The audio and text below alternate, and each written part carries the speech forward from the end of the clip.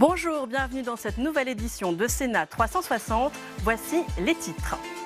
Un choc de décentralisation, c'est le sens de l'appel des maires, départements et régions. François Baroin, Dominique Bussereau et Hervé Morin, à l'unisson, font 5 propositions pour revoir les relations entre l'État et les collectivités. On en débat dans un instant. La proposition de loi anti-casseurs définitivement adoptée par le Parlement après le vote conforme hier soir du Sénat. Ce texte élaboré par le président du groupe Les Républicains au Sénat, Bruno Retailleau, a été durci par l'Assemblée nationale dans le contexte de la crise des Gilets jaunes. Emmanuel Macron, mais aussi les parlementaires de gauche vont saisir le Conseil constitutionnel. Enfin, le Sénat nettoie notre arsenal législatif. En cause, une cinquantaine de lois obsolètes élaborées entre 1819 et 1940.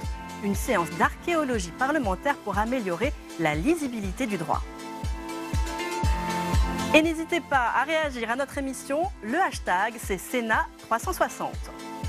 Et pour nous accompagner cet après-midi, Alexandre Poussard recueillera les réactions des sénateurs salle des conférences et Quentin Calmet nous décryptera la séance. On les retrouve tout au long de cette émission.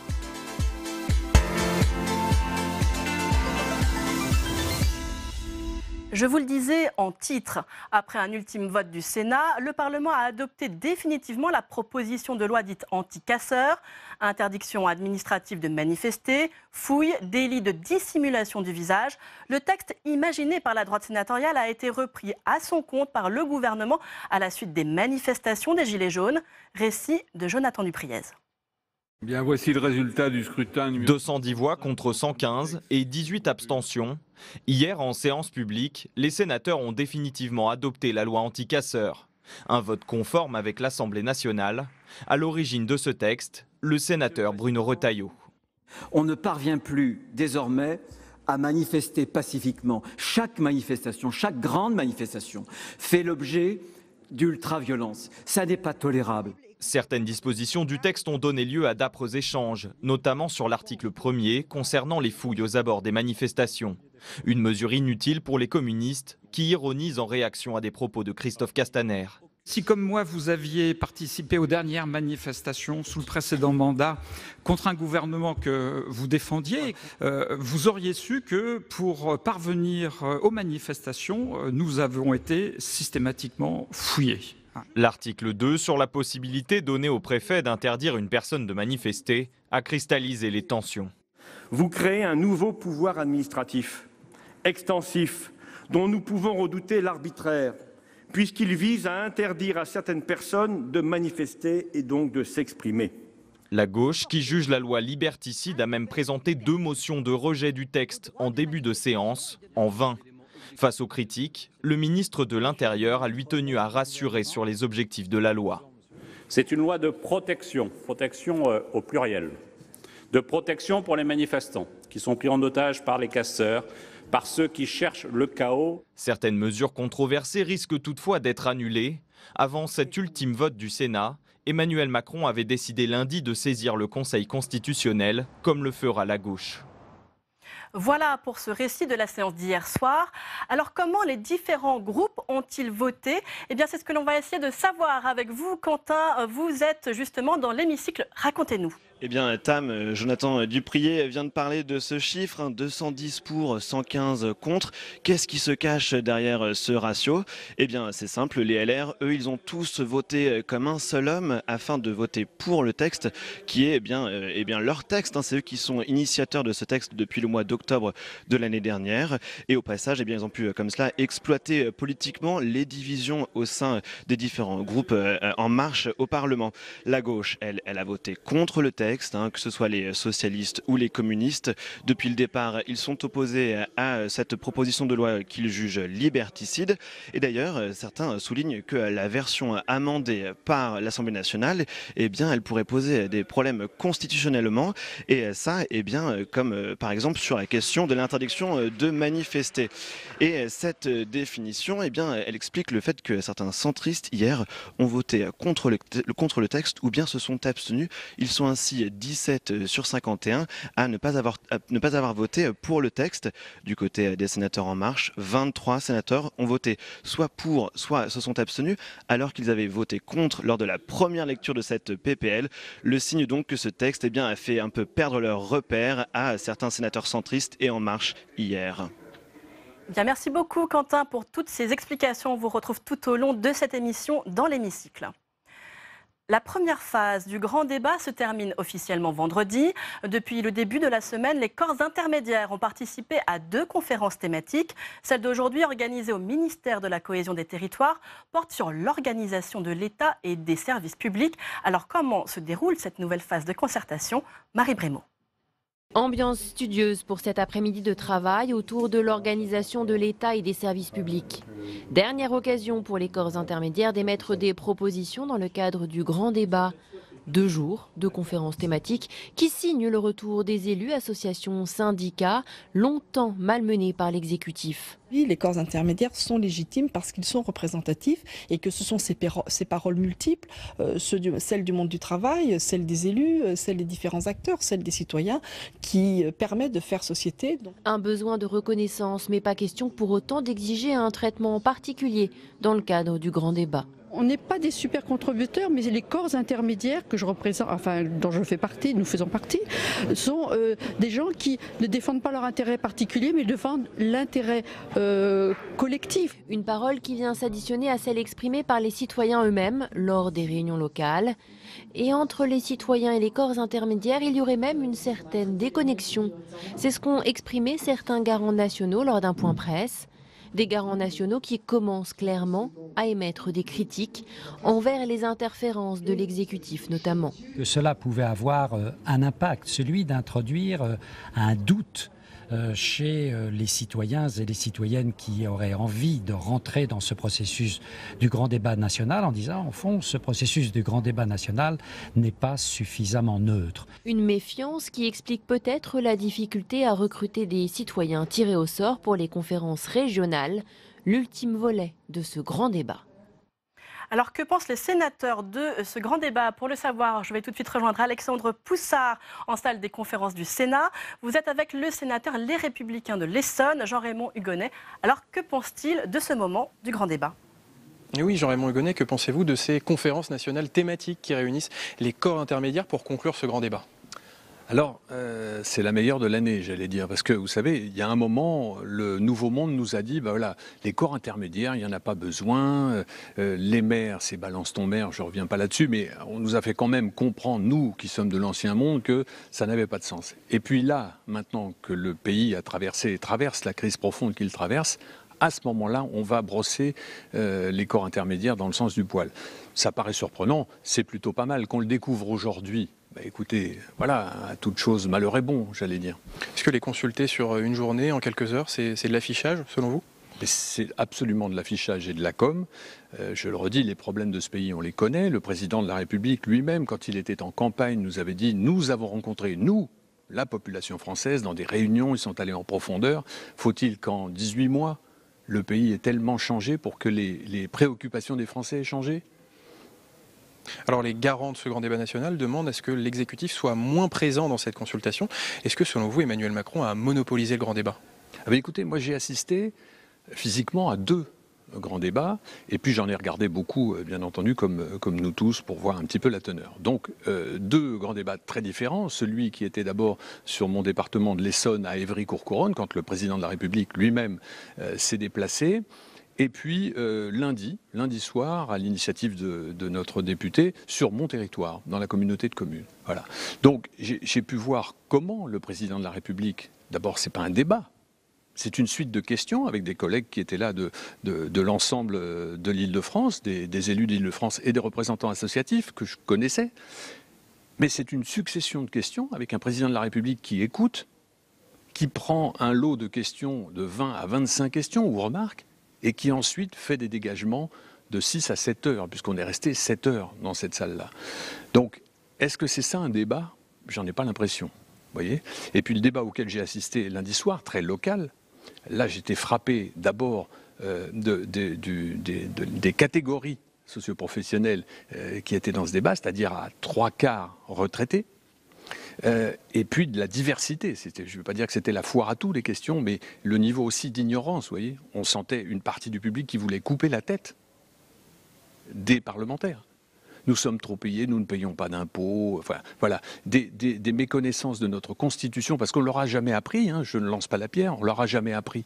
Ce bien précieux qu'est la Constitution française, on en parle alors qu'on est juste à côté d'elle. Alors justement, qu'est-ce que vous pensez de la dernière étape de ce grand débat, ces conférences régionales citoyennes où des Français tirés au sort vont donner leur avis sur les propositions qui sortent de cette consultation?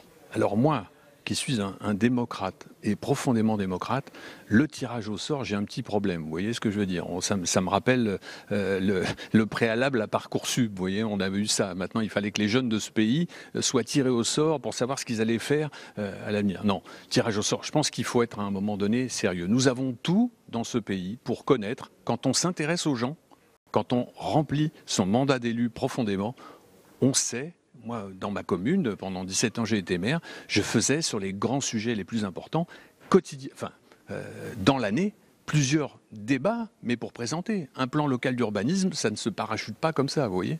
Donc, voilà, le tirage au sort, mais qu'est-ce que ça veut dire? Qu'est-ce que ça veut dire? D'accord, ok. On sent que vous êtes circonspect sur cette méthode. Pour le moins, pour le moins. Très bien. J'attends surtout le résultat, moi, parce que tout ça est je pense, un profond enfumage qui permet de gagner du temps. Les problèmes de notre pays sont toujours présents. La crise s'est un petit peu calmée. Elle couvre, vous sortez dehors, vous l'entendez tous les jours. Et moi, j'attends la suite et l'atterrissage qui ne va pas être simple. Très bien, on attend l'atterrissage. Merci Jean-Raymond Hugonet d'avoir répondu à mes questions. Merci. Merci beaucoup Alexandre pour cette réaction. On vous retrouve tout au long de cette émission en salle des conférences pour les réactions des sénateurs. Vendredi marquera donc la fin de la première phase du grand débat, c'est-à-dire des débats locaux ouverts à tous et des contributions en ligne, mais dans chaque région. Des assemblées consultatives composées de citoyens tirés au sort doivent donc prendre le relais. Portrait de l'un de ces citoyens par Alice Boissin et Samia Dechir. Un simple message vocal reçu il y a 2 semaines. Voilà comment David, 21 ans, apprend qu'il est tiré au sort pour participer à la conférence citoyenne dédiée à la jeunesse. J'étais surpris, mais en même temps j'en avais connaissance, donc c'est un petit peu comme quoi on a joué au loto quelque part, et du coup on sait qu'on a joué, mais en même temps on n'y croit pas vraiment, sauf que là je n'ai même pas joué, parce qu'il tire au sort des numéros sans que personne n'ait demandé. L'étudiant parisien en communication a d'abord hésité. Pas évident de libérer du temps entre révision et babysitting. Finalement, David partira bien à Aix-en-Provence le week-end du 22 et 23 mars. L'occasion de montrer son engagement citoyen. Donc moi j'ai juste la prétention de porter ma parole et mes convictions et j'espère que justement on aura des convictions diverses et variées à l'image de la jeunesse. S'il se considère chanceux d'avoir été choisi, pour le moment, il a peu d'indications sur le déroulement de la consultation. Des tables rondes durant lesquelles des Français sélectionnés aléatoirement donneront leur avis sur les mesures qui ont émergé du grand débat national. Une organisation floue qu'il déplore. Moi ça me pose quand même un petit problème parce que en tout cas j'aime travailler, j'aime bien travailler. Je trouve que c'est des sujets parfois très techniques. Si on me demande de se prononcer sur le financement du service public, je veux bien, mais je ne suis pas technicien. Un exercice qui peut faire peur aux sélectionnés. L'ambition de trouver 100 jeunes serait d'ailleurs revue à la baisse. Désormais, on parlerait plutôt de 70 participants. Et dans ce contexte, les associations d'élus ont donné ce matin leurs propositions pour participer à ce grand débat. Un choc de décentralisation, c'est le sens de l'appel des maires, départements et régions. Ce matin, François Baroin, Dominique Bussereau, Hervé Morin, à l'unisson, ont fait 5 propositions pour revoir les relations entre l'État et les collectivités. Au passage, ils ont taclé l'exécutif et son manque de modestie. On en débat dans un instant, mais d'abord les explications d'Antoine Perrin. Ils se qualifient comme des lanceurs d'alerte. François Baroin, Hervé Morin et Dominique Bussereau drapés dans leur rôle de défenseurs des collectivités territoriales. Alors que le grand débat touche à sa fin, les 3 hommes exhortent le gouvernement à donner plus de responsabilités au territoire et surtout plus de reconnaissance aux maires des communes. La France ne peut pas être Paris et 6 métropoles. Et si les maires sont revenus au premier plan, ce qui a bien aidé le président de la République, et tant mieux, et moi je m'en félicite, c'est bien parce qu'il ne reste que la commune, que le coin de la rue. Pour parler à l'immense majorité des Français, il ne faut jamais oublier, vous avez plus d'un Français sur 2 qui vit dans des communes de moins de 10 000 habitants, et vous avez près de 40% de la population qui vit dans des communes de moins de 2500 habitants. C'est pourquoi les 3 élus réclament l'inscription du rôle de la commune dans la Constitution. En tout, ils ont décliné 5 grandes propositions ce matin, notamment pour plus d'autonomie financière. On est resté au milieu du gué. On a créé une multitude de doublons entre des bouts de services de l'État et des compétences qui ont été transférées au territoire. C'est facteur d'inefficacité, de lenteur et c'est facteur de coût. Autre objectif de ces propositions, mettre en avant l'efficacité de l'échelon local. Pour Dominique Bussereau, les collectivités territoriales sont plus proches des gens et dans bien des situations, plus efficaces que l'État. Les routes aujourd'hui, il n'y a quasiment plus de routes nationales. Mais quand vous avez une crise en Ile-de-France parce qu'il y a un petit moment de neige, c'est la seule route qui reste encore à l'État qui ne fonctionne pas. Ça s'appelle la N118. Et il y a eu, pendant cette période, aucun problème sur le réseau géré par les collectivités locales. La gestion par les collectivités, c'est moins d'argent, moins de fonctionnaires et plus de qualité de vie pour nos concitoyens. En déclarant cet acte 3 de la décentralisation, les 3 élus espèrent convaincre Emmanuel Macron de donner plus de pouvoir aux collectivités territoriales. Alors on va débattre dans un instant de ce choc de décentralisation auquel appellent les différentes associations d'élus. Mais tout d'abord, on va rejoindre Alexandre Poussard. Vous êtes avec Jean-François Husson, sénateur Les Républicains de la Meurthe-et-Moselle. Est-il d'accord avec ces propositions ? Oui, Jean-François Husson, est-ce que vous appelez également un choc de décentralisation ? Je ne sais pas si j'appelle un choc de décentralisation. La France, c'est théoriquement par la Constitution une république décentralisée, mais une décentralisation qui se vit finalement avec peu de moyens. Beaucoup d'injonctions, voire même des compétences transférées par l'État sans moyens. Et ensuite, on demande aux territoires justement de mettre en œuvre de nouveaux moyens, mais qui n'ont pas fait l'objet de transferts financiers. Donc c'est un vrai sujet aujourd'hui. Donc c'est un problème de moyens, pas de compétences supplémentaires à donner aux collectivités ? Vous savez, moi j'entends les demandes des collectivités, mais je crois qu'il faut d'abord faire l'état des lieux des évolutions successives. Il y a eu différentes étapes de décentralisation, il y a eu des compétences qui ont été dévolues. Je le redis, des compétences souvent avec des manques flagrants de moyens financiers, de nombreux combats menés par les collectivités territoriales. Donc il faut regarder comment on peut exercer ces compétences, lesquelles, au mieux, et si possible en étant économe des moyens. Donc d'abord faire le bilan des anciennes réformes territoriales. Le gouvernement veut réviser la loi NOTRe. Est-ce que vous y êtes favorable ? Là aussi, il faut avoir une base de départ. La base, elle est aujourd'hui inconnue. C'est plutôt, alors on avait entendu 2-3 possibilités, en tous les cas dans la bouche de quelques membres, soit du gouvernement, soit de la majorité présidentielle. Mais là aussi, vous savez, je pense que le grand débat, j'espère en tous les cas qu'il va permettre au président de la République, puisque j'ai l'impression que tout passe par le président de la République, de poser les choses, de mettre sur la table les conditions. Et ce qui est important, c'est que pour engager le dialogue, il faut qu'il y ait globalement un accord sur l'objet même de ce qui doit être mis en débat.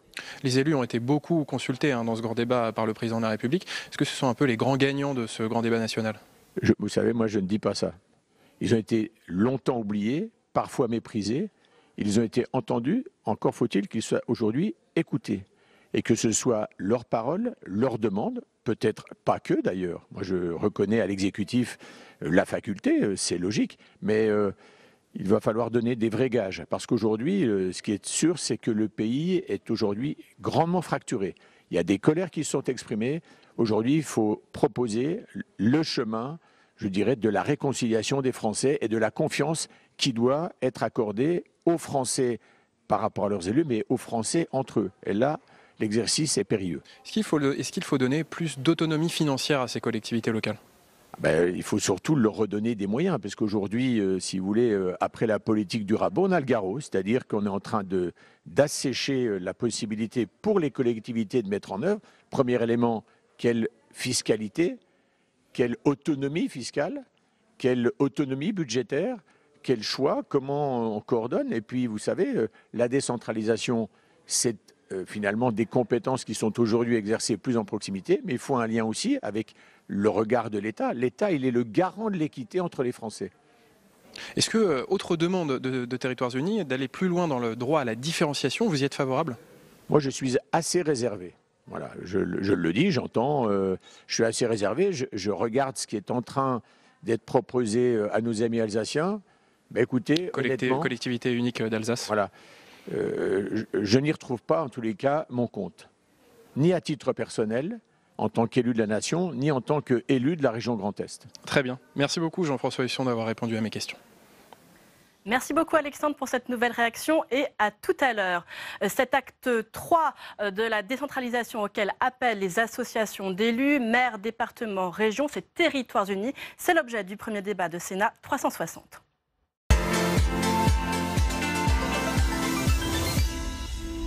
Et pour en débattre, j'ai le plaisir d'accueillir sur ce plateau Géraldine Chavrier. Bonjour. Bonjour. Vous êtes professeure agrégée de droit public à l'Université Paris 1 Panthéon-Sorbonne et spécialiste de la question des collectivités. Également à mes côtés sur ce plateau, Jean-Marie Bockel. Bonjour. Bonjour. Sénateur UC du Haut-Rhin, également président de la délégation aux collectivités territoriales. Également sur ce plateau, Alain Richard. Bonjour. Sénateur La République En Marche du Val d'Oise, vice-président de la délégation aux collectivités. Et enfin, sur ce plateau, Jean-Baptiste Forêt, vous êtes rédacteur en chef délégué de la Gazette des communes. Et tout d'abord, on va parler du contexte dans lequel s'inscrivent ces propositions qu'ont faites les différentes associations d'élus. Ce contexte, c'est encore une colère réelle des territoires. Jean-Baptiste Forêt, d'où vient cette colère ? Elle vient de loin, c'est-à-dire que depuis une dizaine d'années s'enchaînent des réformes territoriales à vitesse grand V. Ce mouvement de concentration, souvent des collectivités, c'est vraiment big is beautiful. On a eu des intercommunalités XXL, on a eu des métropoles, des super régions. Tout ce mouvement-là s'accompagne quand même d'un pilotage de plus en plus centralisé des deniers publics locaux, avec la suppression de la taxe professionnelle, puis maintenant de la taxe d'habitation, et Emmanuel Macron, d'une certaine façon, paye un peu les pots cassés aujourd'hui. Jean-Marie Bockel, est-ce que vous aussi, vous êtes en colère aujourd'hui ? Moi, je suis plutôt dans la construction, parce que la colère n'apporte pas grand-chose. En écoutant le récapitulatif, je me disais que nous sommes deux sur ce plateau, Alain Richard et moi-même, à avoir en 1980-1982 voté les lois de décentralisation. On était d'ailleurs à la commission des lois où on a en quelque sorte construit le travail. Donc c'est vous dire que ce débat n'est pas nouveau et on a depuis très longtemps le sentiment, j'ai moi-même, comme vous aussi été élu local pendant de très longues années, maire, on a le sentiment depuis très longtemps qu'on est resté au milieu du gué. Bien entendu, c'est vrai que l'exécutif actuel paye pour une succession de rendez-vous manqués. Et moi, je n'ai pas envie d'être dans le contexte d'aujourd'hui, dans la démagogie un peu facile, on nous tue, on nous assassine. Si vous voulez, on a fait il y a quelques jours un petit colloque à l'UDI d'ailleurs, où on avait entre autres, il y avait Bussereau, il y avait des tas de gens, on avait invité un Allemand. Alors moi, je ne suis pas en train de dire que le système fédéral allemand est comparable au nôtre, mais il y a quelques fondamentaux. Vous savez, c'est quand même pas la Mongolie extérieure, c'est nos cousins, c'est pas loin. Il y a quelques fondamentaux et qui m'ont frappé. Je le dis d'une phrase, c'est que leurs différents niveaux, quelles que soient les différences, au moins au niveau des compétences et des moyens pour les exercer, que ce soit des moyens fiscaux, parfois assez complexes, ou que ce soit des dotations, c'est clair. Ils savent à quoi s'en tenir, y compris d'ailleurs sur leurs responsabilités. Parce que chez eux, la subsidiarité, c'est pas simplement il faut davantage de moyens, c'est que ce que je peux faire moi, en termes d'économie, en termes de capacité de trouver des moyens. Et au fond, ça c'est le b.a.-ba, c'est la base. Alors Alain Richard, on entend la parole plutôt constructive de Jean-Marie Bockel, qui contraste peut-être avec la colère qui a été exprimée ce matin par les élus. Il y avait quand même l'AMF, il y avait Région de France et il y avait l'ADF également. Ils se sont professionnalisés dans la protestation et dans les jérémiades. Ils n'apportent vraiment plus grand-chose. Et j'attends de voir ce que va être le résultat. Je vais écouter ce qu'est le résultat de ces propositions guillemets. J'aimerais que ce soit des choses réalisables et pas des slogans. La France digère mal les réformes. Les élus locaux ne font pas exception. Jean-Marie citait la réforme de la taxe professionnelle. Je disais à mes collègues, écoutez, soulagez-vous, râlez un bon coup, personne ne recréera la taxe professionnelle. C'était juste de faire cette réforme. Elle a été digérée, on est en train d'en digérer d'autres. Géraldine Chavrier, sur cette colère des élus locaux, pour vous, est-elle justifiée aujourd'hui par le comportement de l'exécutif? Sans aucun doute, toute l'histoire de la décentralisation, ça a toujours été celle d'un transfert de compétences, mais d'une mainmise de l'État sur l'exercice de ses compétences par des biais divers, notamment une centralisation normative très forte. Là-dessus, se sont greffées une succession de réformes législatives à partir de 2010 qui ont été extrêmement violentes, parce que si vous regardez la fusion des régions, elles n'ont pas été consultées auparavant, ce qui n'est plus dans l'esprit sur un coin de table. Voilà, c'est ça, c'est arrivé à la dernière minute, ça s'est fait brutalement. Les communes ont été extrêmement bouleversées par le mouvement d'intercommunalité qui était vraiment aux mains de l'État, qui avait des pouvoirs coercitifs. Donc elles sont dans une situation où il y a une succession de réformes qui pouvaient leur laisser espérer un avenir meilleur et en même temps une reprise en main financière, un cadre législatif et réglementaire très serré qui est assez désespérant au moment où elles ne se professionnalisent pas, mais elles atteignent un degré de maturité. C'est ça la différence. C'est que depuis la révision constitutionnelle de mars 2003, il s'est quand même passé quelque chose. Elles ont acquis... Acte 2 de la décentralisation de mars 2003. On a parlé de libérer les initiatives locales. L'État n'a pas permis de le faire, mais les collectivités sur le terrain se sont professionnalisées, non pas dans la contestation, mais dans l'exercice quotidien. Et aujourd'hui, elles comprennent qu'elles peuvent faire beaucoup plus que ce qu'on leur laisse faire. Géraldine Chavrier, vous avez parlé de mainmise de l'État. Cela résonne avec certains propos ce matin d'Hervé Morin, le président de Régions de France, qui a appelé l'État à plus de modestie. Écoutez-le. Le grand débat national, les exercices télévisés, les shows du chef de l'État l'amènent très vite à oublier la nécessaire modestie dans laquelle le pouvoir devrait rester. La décentralisation, c'est un exercice de modestie pour l'État. C'est de considérer qu'il ne peut pas faire tout seul et qu'il a besoin d'autres partenaires pour bâtir un système public performant.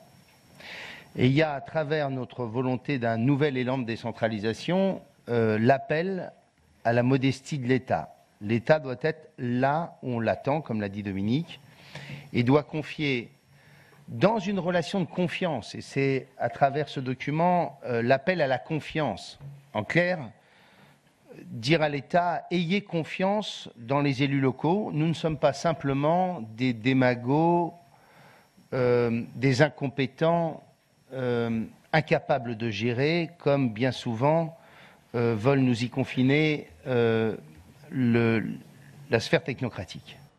Alain Richard, vous entendez Hervé Morin, on n'est pas seulement des démagos, des incompétents. Il y a même eu un moment où il a été dit le miracle d'un gouvernement méprisant envers les territoires, c'est qu'il a permis d'unir les trois grandes associations d'élus qui n'étaient pas gagnées. Je n'arrive plus à me souvenir d'une citation non polémique de M. Morin.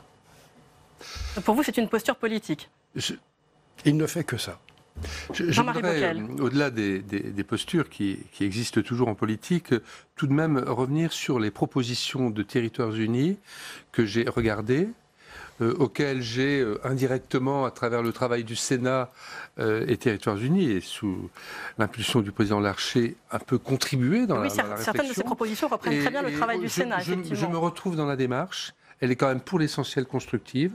Je me retrouve, on pourra après les prendre les unes et les autres dans ces propositions, en tout cas pour la plupart d'entre elles. Après, il peut y avoir sur tel ou tel aspect des précisions. Par exemple, quand on dit la commune ne doit pas être, comment dirais-je, sous la tutelle de l'intercommunalité, je ne peux être que d'accord. Mais ne jetons pas non plus, s'agissant des intercommunalités, qui apporte beaucoup, comme on dit, le bébé avec l'eau du bain.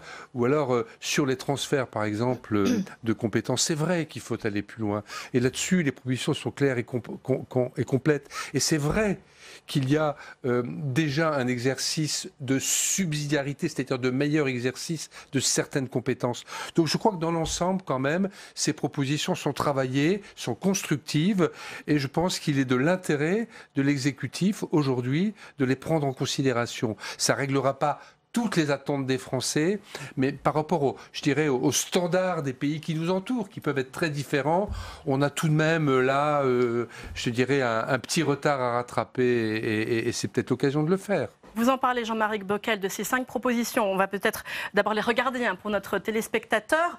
Alors, ces 5 propositions, il y en a 3 qui nécessitent des modifications constitutionnelles, réformer les principes d'organisation des relations entre l'État et les collectivités. Il y a également la question d'une autonomie financière et fiscale des collectivités. Je cite d'ailleurs ce qu'a dit François Baroin à ce propos, nous ne sommes pas des prestataires de services pour boucler les fins de mois. Également, il y a renforcer le rôle de la commune, inscrire la clause de compétence générale dans la Constitution. Et puis il y a 2 autres propositions qui, elles, ne sont pas directement liées à la Constitution. Renforcer le rôle des collectivités dans les politiques publiques et définir précisément les prérogatives des collectivités. Notamment, on parle de solidarité sociale et de développement économique. Et puis également, il y a la répartition claire des compétences en matière de politique de proximité. Notamment, ce matin, on a beaucoup parlé de logement. Alors, si on va au-delà de cette colère, est-ce que ces propositions, elles sont pour vous constructives, Géraldine Chavrier? Absolument, on en parle déjà d'ailleurs depuis pas mal de temps. Elles ne sont pas nouvelles. Elles ne sont pas nouvelles, elles mûrissent depuis plusieurs années, mais elles commencent à apparaître comme étant plausibles. Alors, toutes ne nécessitent d'ailleurs pas une révision constitutionnelle. Dans la première partie, vous parliez de révision constitutionnelle. Le principe de subsidiarité, il existe, il faut l'appliquer. Dans la relation État-collectivité locale, on demande de renvoyer plus souvent au pouvoir réglementaire local. C'est-à-dire que l'idée, là, pour qu'on comprenne bien, c'est que on transfère des compétences aux collectivités, elles doivent les exercer, mais souvent elles doivent les exercer dans un cadre extrêmement contraint où la loi, le règlement et parfois la circulaire ont déjà dit la façon de les appliquer. Là, il s'agirait de dire, eh bien, plutôt que d'avoir un décret du Premier ministre extrêmement complet, on va renvoyer aux collectivités locales le soin d'appliquer les règles de détail. Et ça, c'est déjà possible. On a déjà une jurisprudence du Conseil constitutionnel de 2002. Après, il y a des points de tension. Je pense qu'il faut effectivement modifier les dispositions de la Constitution relatives à l'autonomie financière. C'est-à-dire qu'il y a des choses un peu bêtes. Vous savez, quand on dit que le principe de la compensation intégrale des transferts de compétences, c'est de regarder combien l'État dépensait lorsqu'il a transféré la compétence, ça veut tout simplement dire que si la compétence a été transférée en 2000, en 2019, il compense en fonction de ce que ça coûtait en 2000. Et vous comprenez bien que là, il va y avoir un reste à charge pour les collectivités qui est énorme. Après, dernier point, parce que je ne peux pas aborder tout immédiatement. Concernant la répartition des compétences, il faut quand même aussi être clair et réaliste. Ça fait, en 1995, vous aviez déjà une loi qui annonçait une loi de clarification des compétences. C'est quelque chose qu'on ne sait pas du tout faire en France. On est assez mauvais pour ça. Il y a encore du travail. C'est pas parce qu'on n'a pas réussi qu'il faut abandonner. Mais ça, c'est quelque chose déjà de beaucoup plus complexe et qui nécessite un vrai dialogue entre l'État et les collectivités territoriales, et c'est précisément ce qui est demandé aujourd'hui. Jean-Baptiste Forêt, je parlais de révision constitutionnelle aussi parce que les élus ce matin en ont parlé. On parlait de l'inscrire dans la Constitution. On a eu le sentiment qu'ils avaient aussi besoin de graver dans le marbre ce qu'ils demandaient, avec le sentiment qu'on leur a fait souvent beaucoup de promesses et qu'elles ne sont pas arrivées et que quelque part ils demandent quelque chose de tangible, de solide, et c'est dans la Constitution pour eux. Oui, ils ont une fenêtre de tir avec la réforme des institutions qui a été suspendue d'abord par l'affaire Benalla, puis par la crise des Gilets jaunes et maintenant par le grand débat. Et ils s'inscrivent vraiment dans cette trajectoire du gouvernement de réforme des institutions. Ils se mettent dans les pas du gouvernement. Moi, ce qui m'a frappé ce matin, c'est qu'ils étaient assez constructifs. C'est-à-dire qu'ils ont formulé... Il y a eu le moment de la colère et puis après il y a eu le moment de la construction. Ils ont formulé des propositions, on l'a dit, assez réalistes. Donc, ils veulent s'ériger en partenaire fiable du gouvernement. Après tout, on n'a pas affaire à de dangereux révolutionnaires. Je veux dire, François Baroin, c'est un ancien chiracien. Dominique Bussereau, c'est un compagnon de route de Jean-Pierre Raffarin, qui est quand même pas très loin d'Emmanuel Macron.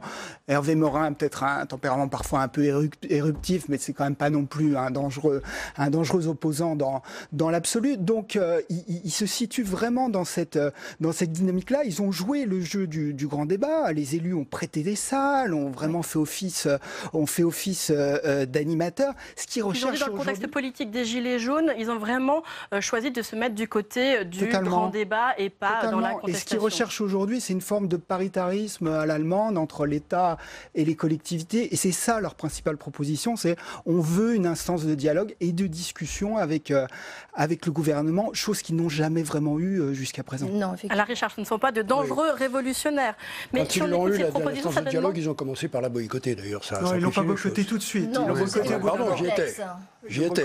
Dès le mois de décembre 2017. L'AMF est venu avec un observateur qui ne disait pas un mot. Il y avait un entre-deux du côté de l'AMF. 6 mois, les régions étaient là. Vous n'avez pas cité tout le monde. Je regarde la photo. Il y a peut-être eu des influences. C'est possible. C'est possible. Disons au niveau de telle ou telle association. Vous parlez de qui, Jean-Marie Bockel, en regardant cette photo? Je parle d'André Léniel, qui n'a pas toujours mis, quelles que soient ses excellentes compétences, de l'huile dans les rouages. Mais bon, chacun était peut-être dans... sur le feu que de l'huile dans les rouages. Non, mais moi, je ne porte pas de jugement. Chacun était dans son rôle. Mais enfin, si on veut être objectif, ça a dû On se rappelle qu'au mois de décembre, effectivement, les relations étaient très tendues. On revienne sur la question de l'autonomie financière. Si on va plutôt sur le fond, sur les propositions et notamment l'autonomie financière. Il y a une définition constitutionnelle de l'autonomie financière qui a été confirmée par le Conseil constitutionnel et qui dit une chose très simple et qui ressemble beaucoup à ce qu'on voit partout ailleurs en Europe. C'est-à-dire que vous avez une autonomie quand vous avez soit des impôts directs locaux sur lesquels vous prenez la décision, ou des parts d'impôts de l'État qui vous sont garanties par la loi. Bon. La question va se reposer très crûment avec la suppression de la taxe d'habitation. Nous n'avons pas la possibilité, d'ailleurs plus personne ne le demande, de créer un nouvel impôt local. Et je suggère que si quelqu'un veut relancer ce débat, il écoute un peu l'opinion des citoyens. Bon. Donc forcément, on va remplacer une recette, qui était une recette fiscale directe, par une attribution d'impôt de l'État. C'est bien une recette garantie et c'est bien une recette propre. Si on veut aujourd'hui dire il faut aussi une autonomie fiscale, c'est-à-dire un ratio de recettes sur lesquelles l'autorité locale décide par elle-même, je regrette, mais pour les régions, il n'y en a déjà plus. On va recréer un impôt régional. Donc il me semble vraiment qu'il y a beaucoup de listes de revendications dont on sait l'avance qu'elles ne peuvent pas déboucher. Donc vous êtes très dubitatif, Alain Richard. On va être clair. Dans aucun État européen, on vous dit que l'autonomie financière, elle se calcule par un ratio entre des ressources fiscales et autres ressources propres par rapport à des ressources totales qui est établi en 2003, sur une année, il y a plus de 15 ans de ça, parce qu'on a décidé qu'on faisait la réforme en 2003 et qu'on prendrait cet exemple de 2003. En fait, dans aucun État européen, on a un principe d'autonomie financière qui est en fait, il faut le dire, un attrape-nigo. C'est-à-dire que dans la révision constitutionnelle, ça avait un sens. Non, c'est un attrape-nigo. Regardez, plus vous baissez les dotations, ce qui est en train de se produire, et plus mécaniquement vous augmentez le ratio d'autonomie financière alors qu'il y a un appauvrissement. Dire que les recettes augmentent tous les ans, de 2 ou 3% par an. Alors, donc depuis 2003, je m'excuse, mais les recettes totales des collectivités ont augmenté de 40%. Le jour où on aura une loi de finances, d'orientation des finances des collectivités territoriales et une loi de finances de l'année avec toutes les informations financières concernant les collectivités, on pourra effectivement faire un calcul très précis. Aujourd'hui, les collectivités, elles n'ont aucune visibilité financière, et ça c'est très important. Et lors de l'adoption des lois de finances, elles ont la moitié des informations dont elles ont besoin. À ce stade où on sent bien qu'il y a un débat, pas seulement entre vous, mais c'est un débat de tous les jours.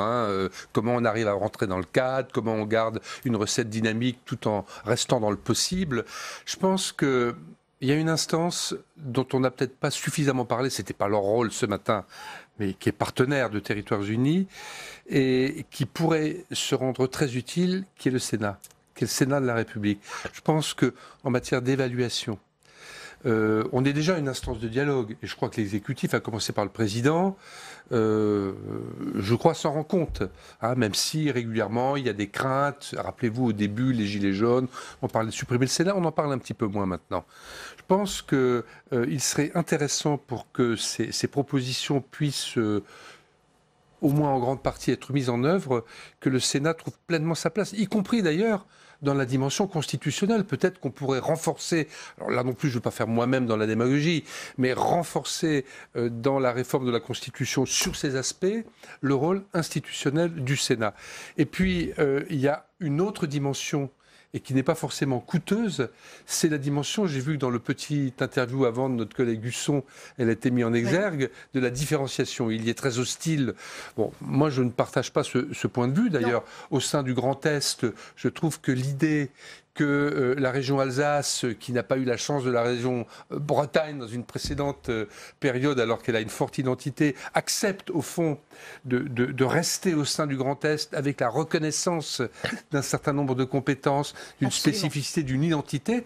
Je trouve que c'est à l'honneur de la République que d'y parvenir. Je trouve que c'est une démarche sur laquelle il ne faut pas se crisper, qui est extrêmement intéressante, et dire ça va faire des petits partout, etc. La différenciation, effectivement, elle peut être respectueuse du principe d'égalité, parce qu'on prend en compte une différence de situation et on la traite différemment. Voilà, elle peut mettre de l'huile dans les rouages, elle peut apaiser des colères, mais bien sûr, il faut que ces choses-là soient suivies. Il ne s'agit pas de faire n'importe quoi. Là aussi, le Sénat peut jouer un rôle très utile. Il le joue actuellement informellement. Est-ce qu'il faut le graver dans le marbre? Pourquoi pas? Jean-Baptiste Forêt, bien sûr, ce rôle du Sénat, s'il y a bien un point commun entre ces associations et le Sénat, c'est qu'ils ont eu un peu l'impression d'être des lanceurs d'alerte par rapport à la question de la crise des Gilets jaunes et qu'ils ont eu un peu l'impression d'avoir prêché dans le désert face à l'exécutif. Oui, ils considèrent qu'ils ont été des précurseurs durant tous les mois qui ont précédé la crise des Gilets jaunes. Ils ont porté la voix, d'une certaine façon, de ce qu'on appelle la France périphérique. C'est vrai qu'Emmanuel Macron est apparu souvent comme le président des métropoles, des centres urbains, de la concentration. C'est vrai qu'un certain nombre de mesures, je ne pense pas en particulier à la limitation à 80 km/h, ont été très mal perçues par les élus. Et Emmanuel Macron, aujourd'hui, a quand même un peu évolué. Il a cherché tout au long de son Tour de France, de son roadshow là, auprès des maires durant ces dernières semaines, à gommer cette image de président des centres urbains. Il est allé de bourgade en village. Il a mouillé la chemise, il a manifesté une maîtrise quand même des dossiers assez impressionnante. On avait l'impression parfois d'entendre un chef de bureau de la direction générale des collectivités locales. Et il a gagné son opération séduction auprès des maires. Mais aujourd'hui, les associations d'élus, elles ne veulent pas d'un président un peu monarque qui vient discuter avec les sujets. Elles veulent vraiment un débat entre organisations et aujourd'hui, elles ne l'ont pas. Il nous reste 1 minute. Alors, Alain Richard, tout de même, sur ce rôle du Sénat, pensez-vous qu'il peut avoir un rôle important, justement, pour un petit peu réconcilier l'exécutif et les collectivités ? Oui, je rejoins tout à fait Jean-Marie, nous sommes en train de le jouer. Simplement, on réconcilie les gens qui veulent bien l'être. Géraldine Chavrier. Moi, je pense que si vous me parlez du Sénat, oui, il y a encore des choses à faire. La révision de mars 2003 est restée un peu au milieu du gué, mais je pense qu'ils veulent être réconciliés. La preuve, c'est que eux trois se sont réconciliés, que ces 3 associations d'élus ont réussi à se mettre d'accord. Et on a vu des abandons, on n'en a pas parlé, mais le département est aujourd'hui prêt à oublier sa compétence de développement économique, d'accepter un rôle particulier dans la région sur le niveau local. On est vraiment sur quelque chose qui évolue. D'autant qu'on ne peut plus le supprimer. Voilà, on ne peut plus supprimer. Je voudrais juste dire un mot de fin sur l'information qui est parue ce matin dans le Canard enchaîné sur l'exécutif qui réfléchirait au retour du conseiller territorial. C'est-à-dire un élu C'est à la fois une mauvaise idée. À la fois conseiller départemental et conseiller régional. Elle était mal présentée, peut-être un peu à l'envers. On va mettre des sous dans la machine de la réforme territoriale et ça peut être une saga assez savoureuse. Jean-Marie Bockel, le mot de la fin ? Oui, mais écoutez, le mot de la fin, c'est qu'on peut tirer d'un mal un bien. Dans la période précédente, chacun a eu sa part de responsabilité, dans les tensions, etc. L'exécutif, nous-mêmes, il faut que nous balayions tous devant nos portes. Mais là, on a peut-être l'opportunité, j'évoquais tout à l'heure 81-82, qui était un grand tournant, tout le monde le reconnaît. Pourquoi pas franchir cette étape avec le sentiment des Français. Voilà, et les Français l'attendent. Alors allons-y. Allons-y, voilà, ça sera le mot de la fin. Merci beaucoup d'avoir participé à ce débat, Jean-Baptiste Forêt, Géraldine Chavrier, Alain Richard, Jean-Marie Bockel. Merci. Retour au Sénat, dont on parlait à l'instant, où ce matin, des sénateurs de la Commission de la Culture ont lancé un avertissement à l'exécutif sur la hausse des frais de scolarité des étudiants étrangers, une mesure que certaines universités refusent d'ailleurs d'appliquer et qui ne fait pas l'unanimité au Sénat. Écoutez. On a fait une analyse de l'ensemble des axes du plan Bienvenue en France. Sur un certain nombre de choses, on est tout à fait d'accord. D'ailleurs, lors de l'examen du budget l'an dernier, en fin d'année dernière, il y avait un amendement qui était porté par le groupe Les Républicains notamment et qui était voté par le Sénat de donner de la souplesse aux universités pour ces frais d'inscription.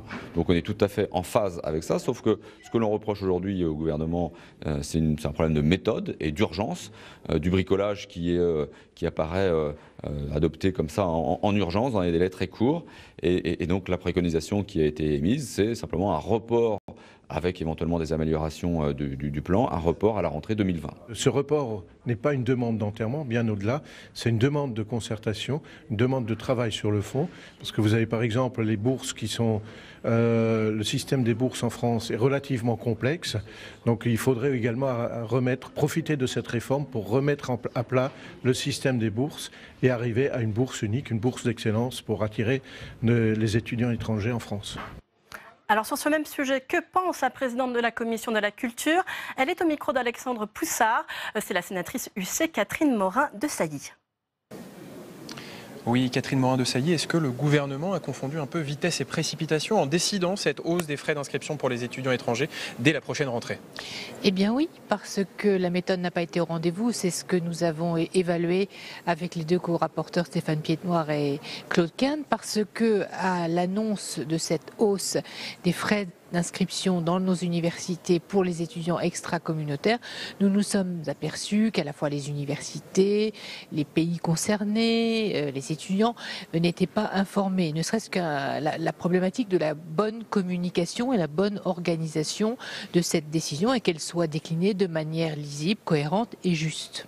Donc vous demandez au gouvernement de prendre le temps de réformer? Voilà, pour que ça marche bien, il faut surseoir, selon moi, et prendre le temps, c'est ce que nous demandent en fait toutes les instances, à commencer par la CPU, la conférence des présidents d'université, qui ne sont pas hostiles à la réforme, mais qui demandent tout simplement, par pragmatisme, par efficacité, de pouvoir surseoir et d'avoir du temps pour juste permettre l'applicabilité de la mesure. Donc nous, on préconise tout simplement de reculer d'un an. Ça ne veut pas dire revenir sur ce principe, ça veut dire simplement vérifier et organiser son application. Donc un problème de méthode, de temps. Sur le fond, vous êtes donc d'accord avec cette mesure? Oui, nous l'avions dit d'ailleurs, la mesure, nous l'avions évoquée de nous-mêmes, notre commission, je tiens à le dire, pendant le débat sur Parcoursup. Voilà, nous avions voté d'ailleurs un amendement d'appel sur ce principe. La ministre de l'Enseignement supérieur, Frédérique Vidal, nous avait renvoyé à un débat ultérieur que nous n'avons jamais eu en réalité. Je ne sais même pas si elle-même a eu l'occasion à l'interministériel et avec les acteurs concernés d'approfondir et de préparer ce sujet. Et c'est bien cela, je crois, qui a manqué, c'est ce temps de préparation. Il y a une question toute simple qui est celle, par exemple, des pays concernés. Nous avons des relations bilatérales privilégiées, que c'est un pays notamment de la zone francophone. Ils nous ont dit de ne pas avoir été bien avertis, donc ça peut causer des problèmes diplomatiques. Donc on peut tout à fait aplanir tout ça et travailler sérieusement d'ici un an. Alors sur le fond, est-ce que multiplier par 10 ces frais d'inscription pour les étudiants extra-communautaires, est-ce que c'est pas un peu beaucoup? Tout dépend de quel prix on part. Si c'est 1 euro les frais d'inscription et qu'on multiplie par 10, ça ne sera pas grand-chose. Là, on part de 270 euros. Et on part d'une somme extrêmement basse, considérant des autres pays, si on se compare à pays équivalents.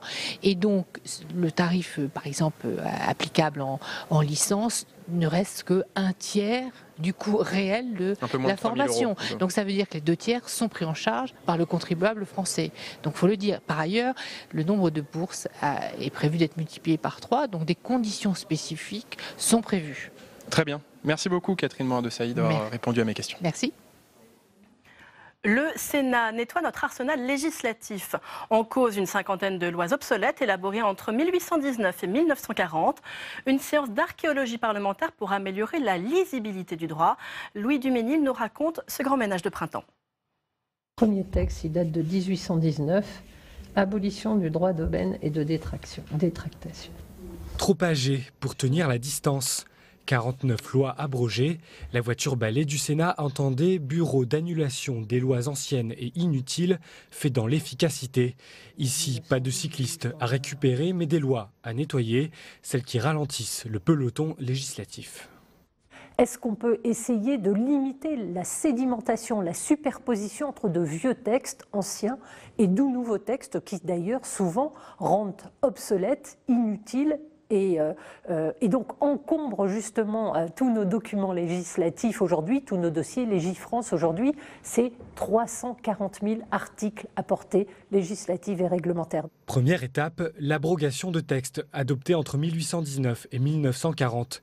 Parmi les exemples, une loi de 1844 qui fixait le droit d'auteur des ayants droit des dramaturges à 20 ans. Or, ce droit est aujourd'hui de 70 ans dans le Code de la propriété intellectuelle. Autre exemple, en 1891, une loi est votée en faveur du Mont-Piété de Paris qui n'existe plus sous ce nom depuis plus d'un siècle. Un lot d'abrogation qui fait consensus au sein de la commission des lois. J'ai vraiment trouvé un intérêt historique. J'ai vu aussi que dans cette période-là, eh bien, nous faisions la loi de la même façon, de façon tout aussi précise, détaillée. Donc c'est vrai que quand on dit que on coupe les cheveux en 4, là je peux vous dire que dans leur loi, c'était peut-être en 8 parfois même. Donc c'est vrai que c'était très intéressant, mais de nature à être moins politique, moins polémique. 2 autres étapes suivront cette série d'abrogations à partir de l'automne prochain. La suivante concernera des lois sur la période 1940-1970. La dernière se concentrera sur des lois plus proches dans le temps, mais défectueuses. Les sénateurs ont donc abrogé ces lois obsolètes cet après-midi. Alors comment se sont passées les discussions cet après-midi dans l'hémicycle, Quentin ? Eh bien, tout à l'heure, vous parliez d'archéologie parlementaire. La métaphore a été filée puisque la séance était effectivement l'occasion de faire la chasse aux fossiles législatifs. La chasse aux fossiles législatifs, c'est l'expression de Vincent Delahaye, l'auteur de cette PPL qui vise donc, avec ces 49 mesures abrogées, à rendre plus lisible le droit français.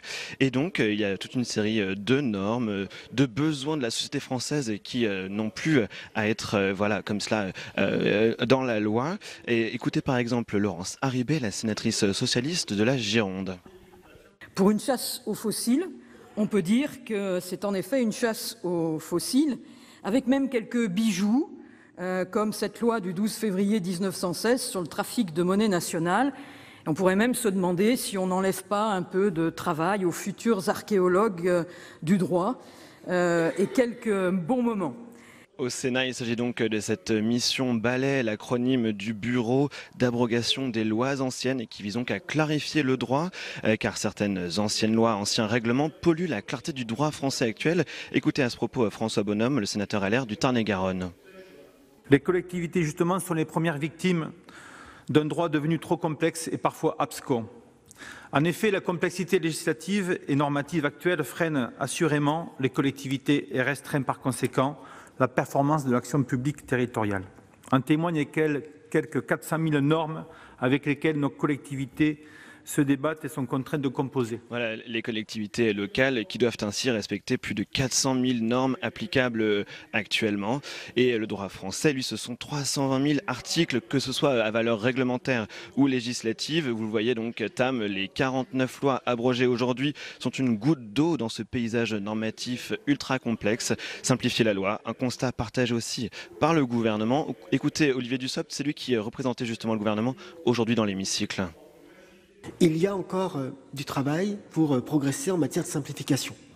Du travail pour abroger plus de textes, réglementaires ou presque réglementaires, si vous me permettez cette expression. Je pense à des décrets ou des arrêtés devenus obsolètes. Je pense à des circulaires qui, au fil du temps, ont pris une nature prescriptive pratiquement par la force de l'habitude et que nous nous employons à réduire. Du travail à faire pour abroger de nouvelles lois qui sont devenus obsolètes, et enfin du travail pour faciliter l'évaluation des normes et de leur application. Voilà, encore un mot, Tam, pour vous confier que certains ont eu le sentiment, en travaillant sur ces textes, qu'ils étaient en train de lire les romans réalistes du 19e siècle, avec des lois sur la fraude dans le commerce du beurre, avec des lois sur les appellations armagnacs ou encore sur les sociétés de patronage qui visaient à envoyer dans les familles de notables certaines personnes condamnées par la justice. Une mesure remplacée bien sûr depuis par les services pénitentiaires d'insertion et de probation. Et donc cette proposition de loi et ces suppressions d'abrogation de 49 textes a été votée un peu plus tôt dans la journée. Bien, merci beaucoup Quentin pour toutes ces explications et nous allons continuer à parler de l'abrogation de ces lois obsolètes avec mon invité Philippe Bas, sénateur Les Républicains, président de la commission des lois. Philippe Bas, nul n'est censé ignorer la loi, c'est un adage impossible à satisfaire même si vous avez supprimé 49 textes inutiles. Oui, c'est des textes qui ne nuisaient plus à personne depuis longtemps. C'est pour ça qu'on parle de fossiles législatifs. Mais au-delà du caractère anecdotique des choses, ce qui est très important, Vincent Delahaye s'en est occupé vraiment avec beaucoup d'engagement sous l'impulsion du président Larcher, c'est de faire cette revue de détail, tout en sachant que le problème, ce n'est pas les lois qu'on n'applique plus qui datent du 19e siècle, c'est les lois qu'on fait en trop aujourd'hui. Parce que si vous regardez quelque chose comme le Code de la construction, il avait 2217 articles en 2002, il en avait, figurez-vous, en 2018, 3463. Plus 65%. Et donc, au fond, il y a le problème des lois désuètes, qui coexistent. Qui pour vous ne font plus grand mal à personne. Il vaut mieux quand même faire le nettoyage. C'est pour ça que l'expression balai est heureuse. Oui. Certaines contredisent des lois postérieures. Il ne faudrait pas que quelqu'un aille les exhumer, les mettre en opposition avec des lois actuelles, et puis qu'un jour un juge se dise alors laquelle j'applique. Bon, et puis les Français ont vraiment besoin de clarté dans le droit applicable. Mais notre premier devoir maintenant, c'est de dégonfler la baudruche législative. C'est 50 à 60 lois par an. Un journal officiel qui ne cesse d'enfler. Aujourd'hui, le journal officiel, c'est, pour la seule année 2018, 71 521 pages. Je regarde mon papier parce que moi-même, je m'en étonne à chaque fois que je relis le chiffre. Et donc, notre travail à nous, c'est de dire, quand un texte rentre, un projet rentre dans le travail parlementaire, comme la loi Élan sur le logement, avec 65 articles, et qu'en ajoutant les amendements du gouvernement aux amendements parlementaires, on sort avec 234 articles, c'est-à-dire qu'on le multiplie par 4, là, on prend un risque pour la bonne compréhension de la loi et on rentre dans des détails qui ne relèvent pas de la loi. Il faut faire très attention à ça. Pour tout, il y en a beaucoup. Vous parlez de la loi Élan, il y a la future loi L'Homme là qui va être bientôt discutée. On se rappelle bien sûr d'une loi emblématique, la loi Macron. Alors les mauvaises habitudes, elles sont vraiment prises, notamment par l'exécutif. C'est une façon de légiférer. Oui, par exemple, vous savez, la loi sur la justice que Mme Taubira avait commencé et que M. Urvoas a fini, c'est passé maintenant. Mais enfin, le gouvernement avait pratiquement doublé le nombre d'articles entre le Sénat et l'Assemblée nationale. Et on s'est retrouvé avec un texte qui a été arbitré en commission mixte paritaire sans que le Sénat ait pu discuter de près de la moitié des articles. Ça ne va pas. Et derrière ça, il y a le respect du travail parlementaire. Il ne faut pas trop charger les textes, il ne faut pas surtout que des textes qui ont été adoptés par une première assemblée soient déformés par la deuxième au point que la première n'y retrouve pas ses petits. Au-delà de ces lois fourre-tout, est-ce qu'il n'y a pas aussi les lois de circonstance? Est-ce que ce ne sont pas, elles, de futures lois obsolètes très rapidement? Toutes les lois doivent être adaptées aux circonstances. Mais je comprends ce que vous voulez dire quand vous parlez de lois circonstances. Un événement, les lois on d'émotion, légifère, les lois d'émotion. Et alors là, c'est vrai, et tous les gouvernements sont tombés dans ce travers. On entretient l'idée dans le public que quand il y a un problème de société ou d'économie, c'est la loi qui va le régler. Eh bien, je vais vous faire un aveu. Ne le répétez surtout pas, mais c'est pas vrai. La loi peut faire beaucoup, mais elle ne peut pas tout. Et la stabilité du droit, c'est très important pour assurer la sécurité des gens, qui sachent à l'avance où ils mettent les pieds et qu'on ne change pas les textes sans arrêt. C'est très important, ça aussi. Est-ce qu'il ne faut pas aussi s'attaquer aux lois dont les décrets d'application ne sont jamais sortis? Alors, le gouvernement progresse là-dessus. Je ne lui ferai pas de procès d'intention. D'ailleurs, sur une loi fourre-tout comme la loi Macron, il y avait eu beaucoup de décrets d'application. Mais il est exact que le gouvernement progresse, mais c'est toujours l'histoire du verre à moitié vide ou à moitié plein. Quand vous avez 20% des textes au bout d'un an qui ne sont pas pris sur une loi, vous pouvez dire c'est bien 80%, mais vous pouvez dire aussi c'est très mal qu'au bout d'un an, 20% des dispositions ne soient pas appliquées. Est-ce que, justement, pour prendre un exemple aujourd'hui, vous jugez que la proposition de loi anti-casseurs, c'est une loi de circonstance? Car si finalement elle a été adoptée, c'est uniquement parce que l'exécutif y a trouvé une utilité face au mouvement des Gilets jaunes. Elle ne l'était peut-être pas au début. Je vous ai vu venir de loin avec vos lois de circonstance. Mais précisément, cette loi anti-casseurs n'est pas une loi de circonstance, car elle a été proposée au Sénat par le président Bruno Retailleau et un grand nombre de sénateurs avant la crise des Gilets jaunes. Elle a été adoptée seulement parce que... Écoutez, le Sénat, lui, l'a adoptée avant. Et il aurait été très heureux que le gouvernement l'inscrive à l'Assemblée nationale beaucoup plus tôt, parce que c'est une loi au contraire structurelle. Vous savez, si vous voulez préserver les libertés fondamentales et que vous restez les bras croisés, quand un certain nombre de personnes sont en train de les détruire par la violence, les pillages, les voitures incendiées, et que vous ne faites rien pour ça, alors c'est là que vous mettez en péril les libertés. Parce qu'un beau jour, on dira je connais une disposition du Code qui interdit la manifestation. Comme je ne suis pas sûr que l'ordre public va bien être respecté, je préfère interdire la manifestation. Eh bien, dans cette loi, on n'interdit pas les manifestations, mais on repère les casseurs et on leur interdit de manifester si, la semaine précédente, ils ont été associés à des actes de violence. Je crois que c'est le bon sens et c'est aussi un souci d'équilibre qui nous anime. Et ça n'est en rien une loi de circonstance, même si elle peut servir dans les circonstances actuelles. Est-ce que vous qui êtes très soucieux des libertés publiques, est-ce que vous êtes d'accord avec la rédaction de l'article 2, telle qu'elle est aujourd'hui actuellement, sur l'interdiction administrative de manifester, qui a été très élargie par l'Assemblée nationale et sur laquelle le président de la République va saisir le Conseil constitutionnel? Nous avions le choix entre deux choses. Ou bien on faisait du perfectionnisme pour améliorer ce texte si nous avions des doutes sur certains aspects de cet article 2, de ce fameux article 2. À ce moment-là, ça revenait dans l'Assemblée nationale, on ne savait pas, absolument pas, ce qui allait en sortir.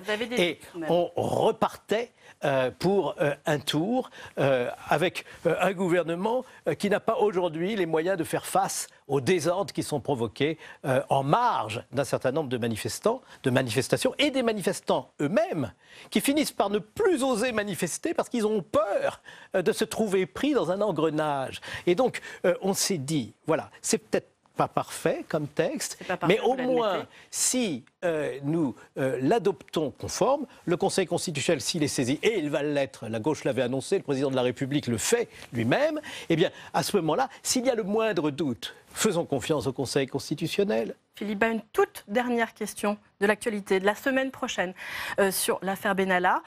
Est-ce que vous sentez qu'il y a une contre-campagne au sein de la droite et notamment du centre pour que le bureau du Sénat ne transmette pas au procureur de la République les cas d'Alexis Kohler, de Patrick Stroda, du général Lavergne? Vous savez, c'est pure spéculation tout ça.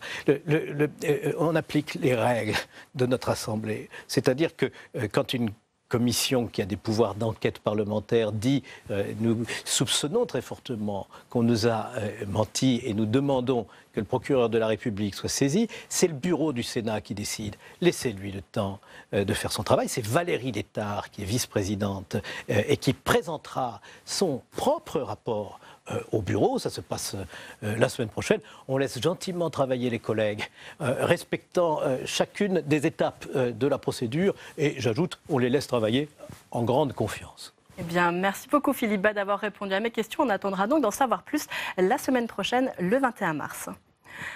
Après un ultime vote du Sénat, le Parlement a adopté la proposition de loi anti-casseurs.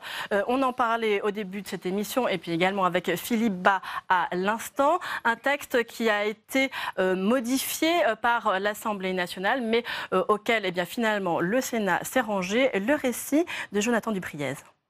Bien, voici le résultat du scrutin. 210 voix contre 115 et 18 abstentions. Hier, en séance publique, les sénateurs ont définitivement adopté la loi anti-casseurs. Un vote conforme avec l'Assemblée nationale. À l'origine de ce texte, le sénateur Bruno Retailleau. On ne parvient plus désormais à manifester pacifiquement. Chaque manifestation, chaque grande manifestation fait l'objet d'ultra-violence. Ça n'est pas tolérable. Certaines dispositions du texte ont donné lieu à d'âpres échanges, notamment sur l'article 1er concernant les fouilles aux abords des manifestations. Une mesure inutile pour les communistes qui ironisent en réaction à des propos de Christophe Castaner. Si comme moi vous aviez participé aux dernières manifestations sous le précédent mandat contre un gouvernement que vous défendiez, vous auriez su que pour parvenir aux manifestations, nous avons été systématiquement fouillés. L'article 2 sur la possibilité donnée au préfet d'interdire une personne de manifester a cristallisé les tensions.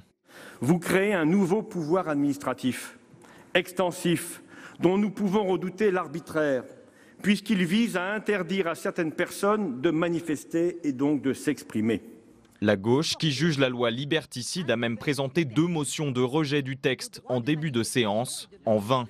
Face aux critiques, le ministre de l'Intérieur a lui tenu à rassurer sur les objectifs de la loi. C'est une loi de protection, protection au pluriel, de protection pour les manifestants qui sont pris en otage par les casseurs, par ceux qui cherchent le chaos. Certaines mesures controversées risquent toutefois d'être annulées. Avant cet ultime vote du Sénat, Emmanuel Macron avait décidé lundi de saisir le Conseil constitutionnel, comme le fera la gauche. Et on débat dans un instant de cette proposition de loi dite anti-casseurs. Mais d'abord, on rejoint Alexandre Poussard. Vous êtes avec Jean-Marc Gabouty, c'est l'un des rares membres du groupe RDSE qui a voté pour cette proposition de loi. Oui, Jean-Marc Gabouty, pourquoi avoir voté pour cette proposition de loi anti-casseurs alors que votre groupe RDSE a voté contre ? Alors j'ai eu les mêmes doutes que mon groupe, mais finalement j'ai voté pour parce qu'il y a des éléments d'amélioration dans les dispositifs de maintien de l'ordre et dans les dispositifs de prévention par rapport aux violences.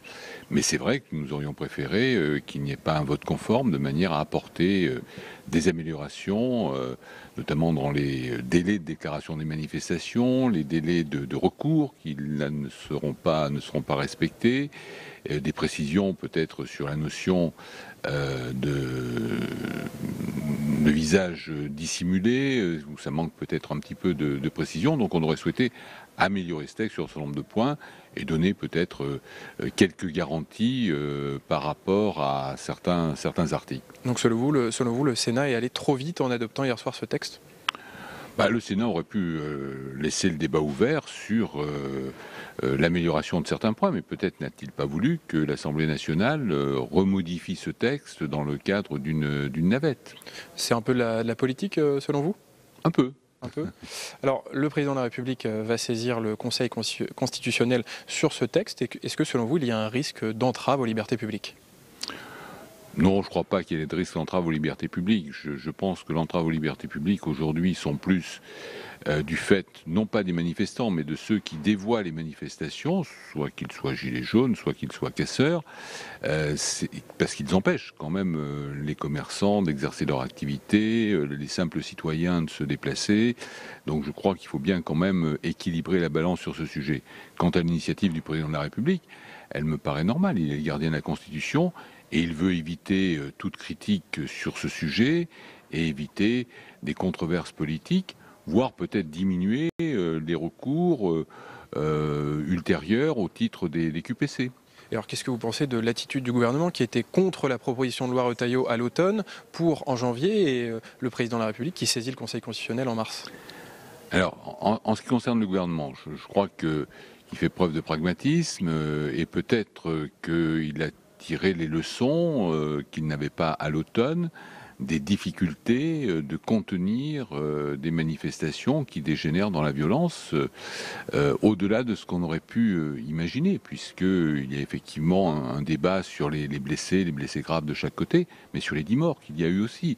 Donc, si vous voulez, je pense qu'il y a du côté du gouvernement, il y a une prise de conscience qui est peut-être salutaire.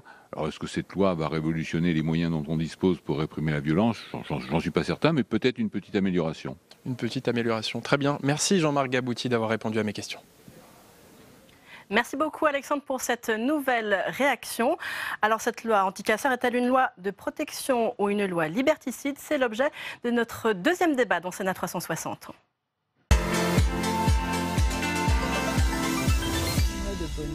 Et on va débattre de ce sujet avec 4 invités sur ce plateau. Michèle Vullien, bonjour. Bonjour. Sénatrice UC du Rhône. Je précise que vous avez voté contre cette proposition de loi. Également sur ce plateau, Sophie Taillé-Polian, sénatrice Génération, apparentée socialiste ici au Sénat, sénatrice du Val-de-Marne.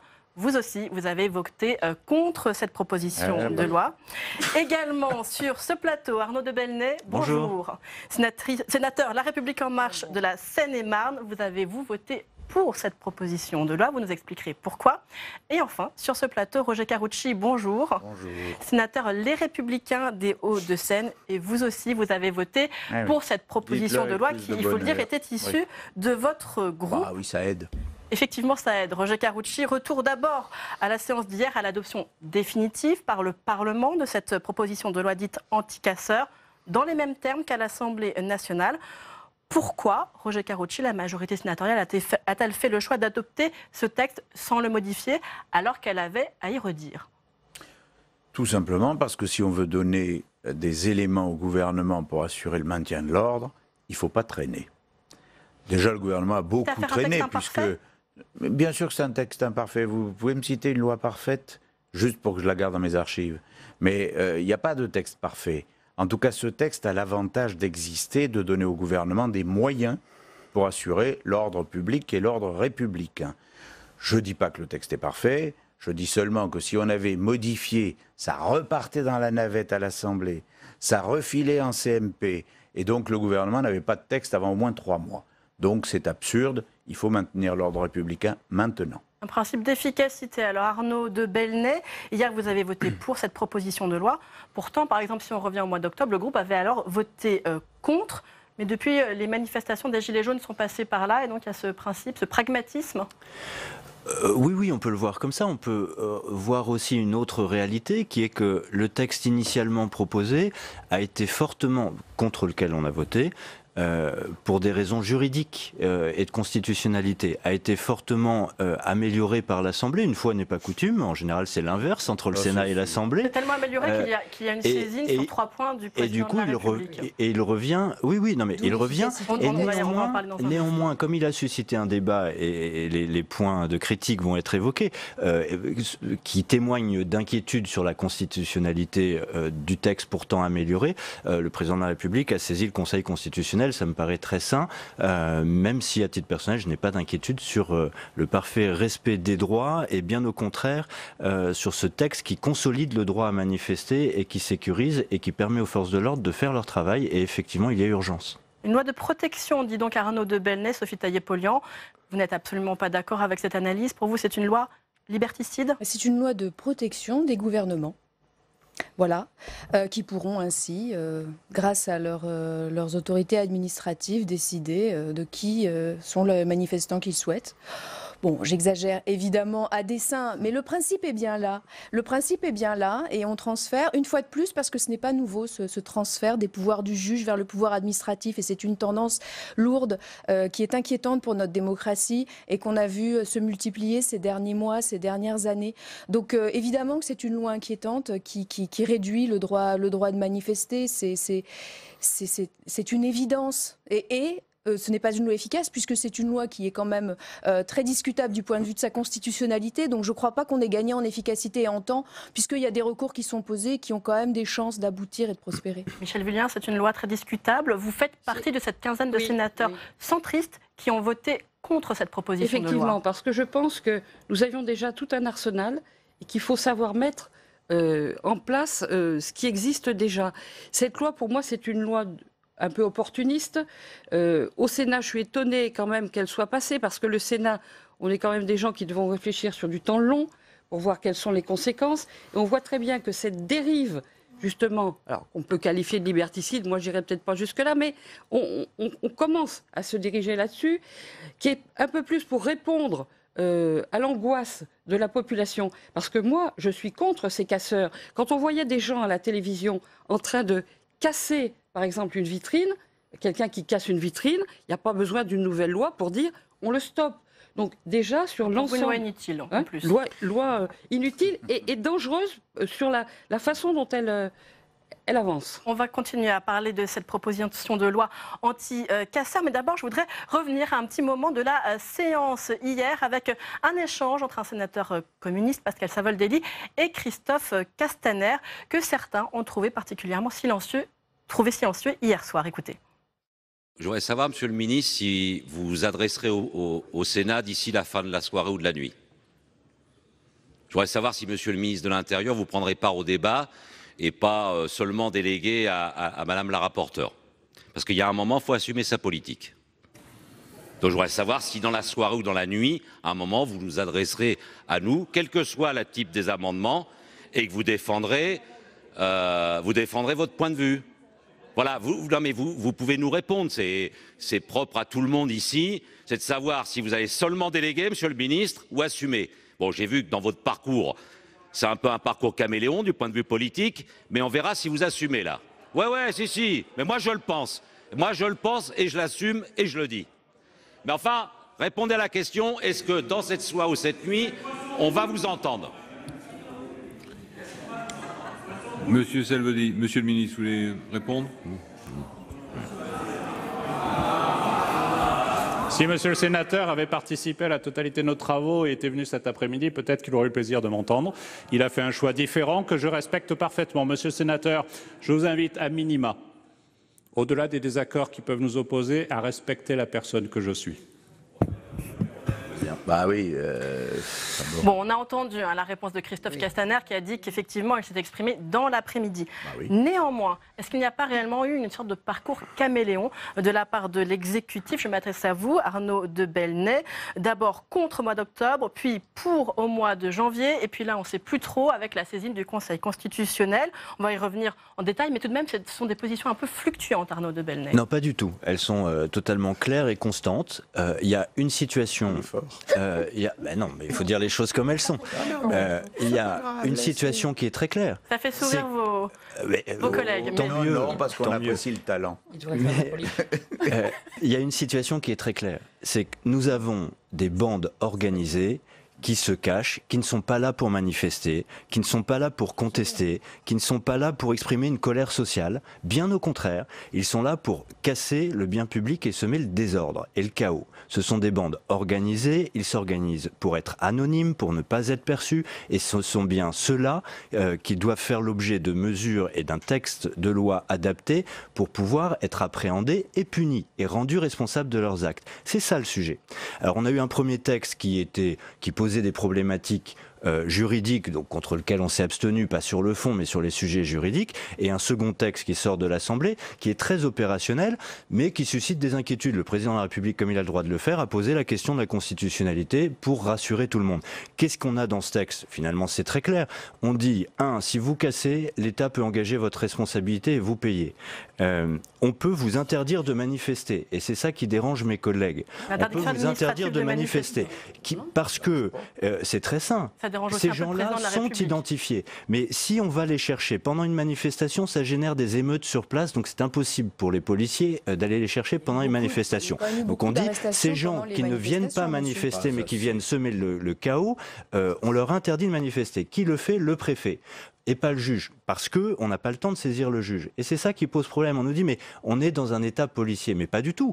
Le préfet a l'obligation de notifier cette interdiction 48 heures au moins avant la manifestation, et la personne concernée peut saisir le juge à travers un référé liberté qui se prononce en moins de 48 heures. Donc on voit bien que l'efficacité et le rôle du juge sont préservés, les libertés publiques sont préservées, mais on est efficace et on donne les moyens aux forces de l'ordre de faire leur travail. Roger Karoutchi, vous avez un allié inhabituel sur cette proposition de loi, avec cette défense de cette proposition de loi par la République en marche. Les débats internes à la droite sont fréquents au Sénat. C'est très bien parce que c'est constructif, tandis que je ne suis pas sûr que parfois avec la gauche ça le soit. Moi, je pense qu'il faut arrêter de couper les cheveux en quatre. La vérité, c'est qu'on n'a pas les casseurs d'il y a 20 ans qui venaient piller les magasins. On les a. Mais il y a beaucoup plus. Il y a tous ceux qui, en réalité, issus des rangs des ultras, viennent déstabiliser la République et la démocratie. Absolument. Alors, de deux choses l'une, où on est capable d'assurer l'ordre républicain, et le gouvernement est capable de défendre la République. Et dans ces cas-là, il faut l'autorité nécessaire pour faire en sorte que les manifestations ne dégénèrent pas. Il faut donc donner au gouvernement les moyens. Pourquoi? Parce que c'est la police de la République. C'est la gendarmerie de la République. On n'a pas des forces putschistes, on n'en est pas à dire, comme on disait dans les années 30, est-ce que la police est dirigée par un préfet d'extrême droite? C'est la police de la République, c'est la gendarmerie de la République, ce sont les autorités légitimes de la République. On remet de l'ordre parce que c'est l'ordre qui garantit la liberté. Alors comment est-ce que vous interprétez le fait que le président de la République saisisse le Conseil constitutionnel? Non, il a eu tort de ne pas attendre au moins que le Sénat ait voté. Voilà, il a eu tort de le faire la veille, je le dis clairement, je ne comprends pas pourquoi il l'a fait la veille. Mais sur le fond, que le Conseil donne son avis maintenant, mais il aurait pu attendre le vote du Sénat. Sophie Taillé-Polian, pour le coup, eh bien, vous êtes sur la même position que le président de la République. Au moins sur la saisine du Conseil constitutionnel, les parlementaires de gauche demandent aussi une saisine du Conseil constitutionnel sur un certain nombre de points qu'ils jugent contraires à la Constitution. Nous nous interrogeons effectivement sur la constitutionnalité de ce texte. Peut-être que M. Macron s'interroge également, ce qui fait qu'il a saisi avant la fin des débats parlementaires le Conseil constitutionnel. Mais enfin, il eût pu tout aussi bien avoir un dialogue avec son Premier ministre et sa majorité pour éviter qu'on ne prenne ces dispositions. Il aurait pu aussi peut-être éviter les pressions exercées sur un certain nombre de députés En Marche pour leur intimer l'ordre de ne pas voter contre alors que leur conscience les y appelait. Alors qu'il y a une cinquantaine de députés En Marche qui se sont abstenus. C'est pas le en même temps, c'est le tout à la fois, c'est le grand n'importe quoi. On ne sait plus ce que pense ou le gouvernement, l'exécutif, en tout cas sur ce sujet. Moi, je voudrais revenir quand même sur la situation des mouvements sociaux en France, dans ce pays, depuis quand même très longtemps.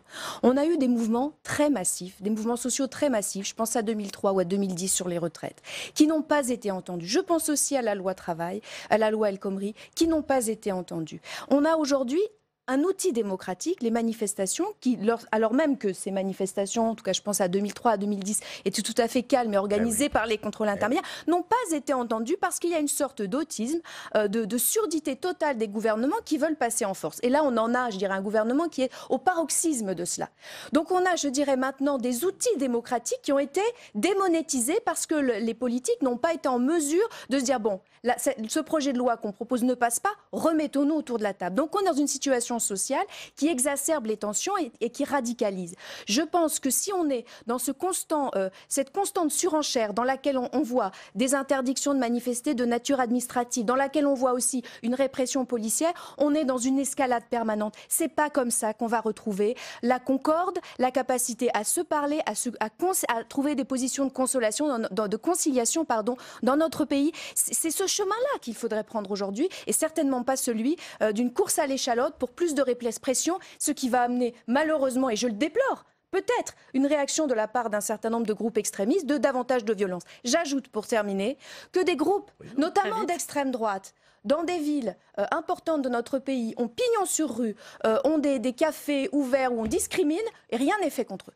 Alors, il y aurait certainement des choses à faire avant sur les groupes d'extrême droite qui sont extrêmement radicalisés, je le crois. Et d'extrême gauche. Michel Vullien, vous parlez de course à l'échalote. Il y a un de vos collègues, Loïc Hervé, qui hier a jugé qu'il y avait aussi une course à l'échalote, peut-être de la part du Sénat. Écoutez Loïc Hervé. Alors bon. Le Sénat n'a pas joué son rôle de protecteur des libertés publiques dans ce texte, puisque le texte qui nous revient de l'Assemblée nationale n'est plus le même que le texte qui avait été voté au Sénat.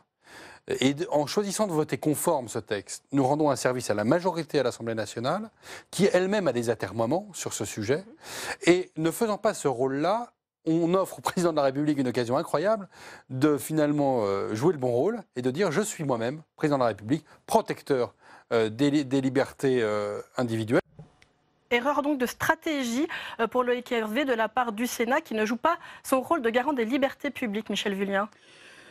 Moi, je ne partage pas complètement l'avis de mon collègue. Vous avez voté la même chose, mais vous n'êtes pas tout à fait du même avis. C'est intéressant. Moi, je crois qu'à un moment donné, il faut arrêter de se dire on fait des lois, on fait des lois. Là, on était face, effectivement, à des exactions très fortes.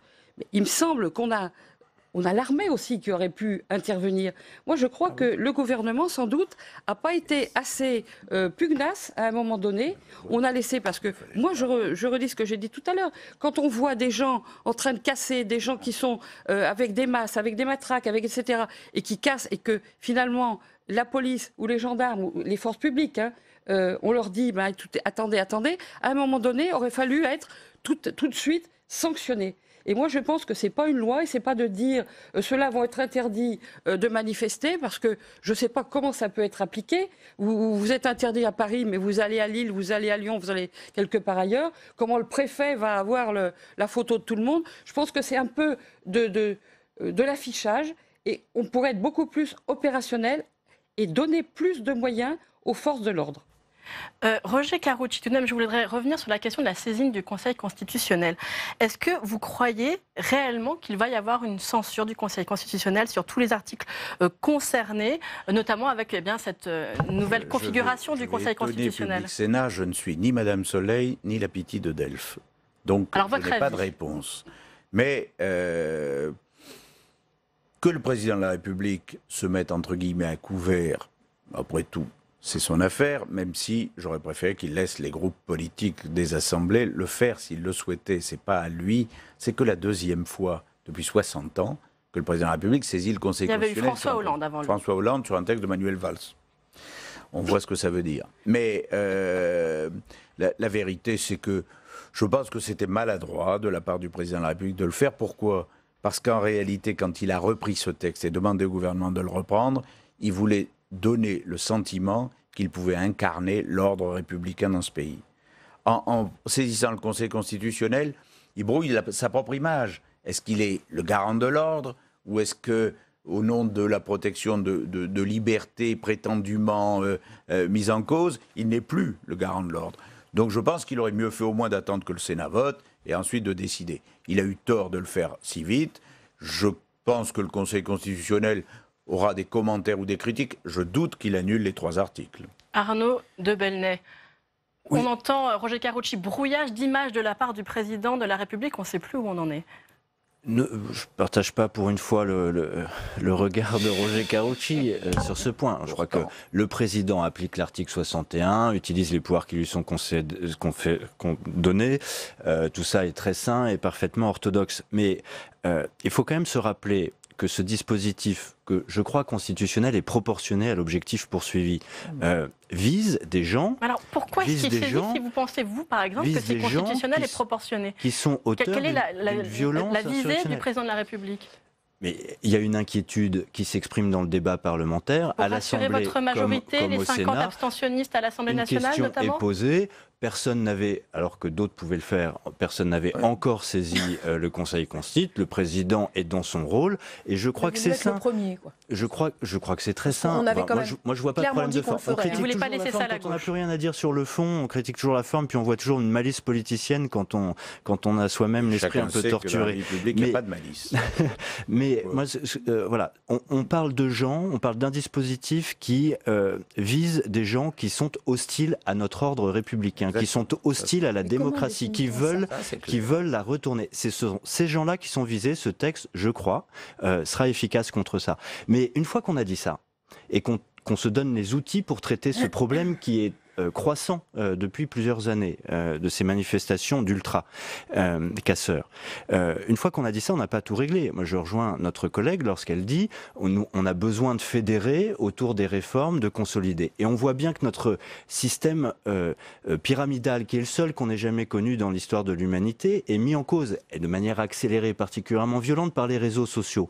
On voit qu'on a besoin que le pouvoir s'exprime et associe davantage, que les choses soient plus réticulaires. De ce point de vue-là, le grand débat est un tâtonnement. Et je crois qu'effectivement, les prochains projets de loi, les prochaines grandes réformes devront s'appuyer sur une forme de concertation, pas la cogestion, pas le bazar, chacun dans ses fonctions, chacun en responsabilité, mais au moins avec une information, une pédagogie et j'espère, une réappropriation des enjeux et une meilleure maîtrise des enjeux par chacun. Je crois qu'on a besoin de cette nouvelle légitimité pour faire avancer notre pays.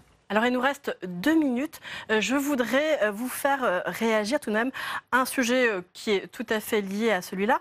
C'est le rapport de Jacques Toubon, hier, qui a, lui, dénoncé un renforcement de la répression en France, un recul des libertés, qui demande d'ailleurs à nouveau dans son rapport la fin des lanceurs de balles de défense. Est-ce que vous êtes d'accord avec Jacques Toubon, Sophie Taillé-Polian? Moi, je crois effectivement que dans le traitement de ces manifestations, il y a eu non-application de la doctrine de maintien de l'ordre. La doctrine de maintien de l'ordre, c'est de se dire que les manifestants sont avant tout des citoyens et que les forces de l'ordre doivent montrer leur force pour ne pas avoir à l'utiliser. C'est vrai qu'il y a eu énormément de débordements, mais on a vu quand même énormément d'interpellations, de gardes à vue préventives. On a vu énormément d'utilisation, notamment des LBD, mais d'autres types aussi d'armes de la police contre des manifestants qui n'avaient rien fait.